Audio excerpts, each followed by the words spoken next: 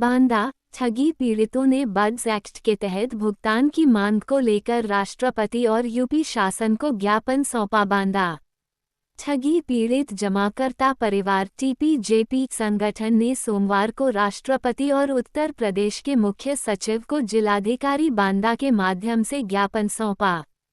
संगठन ने अनियमित जमा योजनाओं पर पाबंदी कानून बर्ड्स एक्ट 2019 के तहत ठगी पीड़ितों को भुगतान कराने की मांग की है। ज्ञापन में कहा गया कि टोगो रिटेल और mutual benefit fund, Petron mineral, GGI services, Kamdhenu PSL जैसी कंपनियां चित्रकूट धाम मंडल में चलती थीं, जिन्हें सरकार ने प्रतिबंधित कर दिया।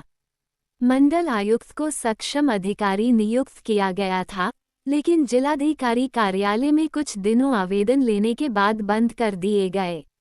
अब तक किसी भी आवेदक को भुगतान नहीं हुआ। संगठन का आरोप है कि बांदा, हमीरपुर, महोबा और चित्रकूट में बर्ड्स एक्ट का पालन नहीं हो रहा।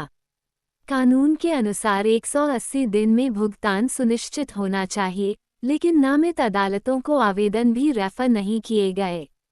टीपीजेपी ने मांग की है कि आवेदन पटल दोबारा खोला जाए, सभी पीड़ितों का 2-3 गुना भुगतान अविलंब हो और मुख्यमंत्री योगी आदित्यनाथ से अगस्त में मुलाकात की अनुमति दी जाए।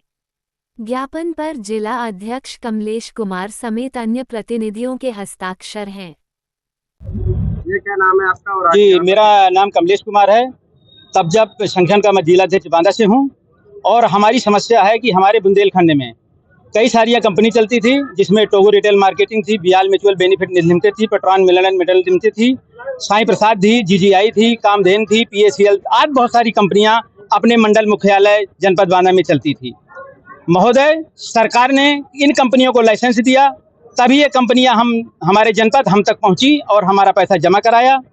पैसा जमा होने के बाद सरकार ने इन कंपनियों को बैन कर दिया। कंपनियों को बैन करने के पश्चात बर्ड्स एक्ट 2019 कानून बनाया।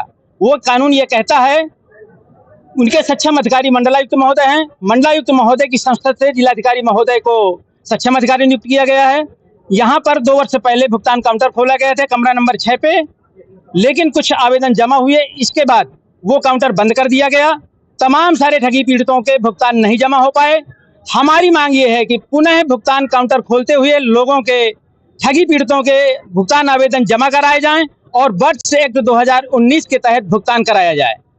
आज आप कहाँ पर आए थे? जी, हम जिलाधिकारी महोदय कार्यालय पर आए थे। आश्वासन मिला आपको? आश्वासन ये मिला है कि देखते हैं, ऊपर भेजते हैं। शिव नारायण साहू, बताइए क्या समस्या? पूर्व सैनिक हूँ मैं, और समस्या यह है कि पीएसएल के भुगतान जो हो रहे हैं बहुत ऊंट के मुंह के जीरा के बराबर हो रहे हैं। उसमें क्या हो रहा है कि अभी 2000 तक लोगों को 3000 30,000 तक मैक्सिमम मिल रहा है। आने वाले समय में अगर दूसरी तीसरी पीढ़ी मिल जाएगी, जिसका 20-20 लाख रुपए जमा है, उसका कब आएगा? पहली बात। दूसरी बात, बहुत सारे लोगों के फॉर्म अभी तक जमा नहीं है। जब फॉर्म जमा ही नहीं है, काउंटर खुला ही नहीं है, तो उनका फॉर्म ही जमा नहीं होगा तो भुगतान कहाँ से होगा?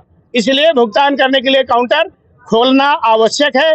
एक पीएसएल कंपनी नहीं, बहुत सारी कंपनियां हैं जिनकी ये समस्या है। इन समस्याओं का निराकरण बहुत जरूरी है, नहीं तो यहाँ पर भी पता नहीं कितनी बड़ी समस्याएं आ सकती हैं।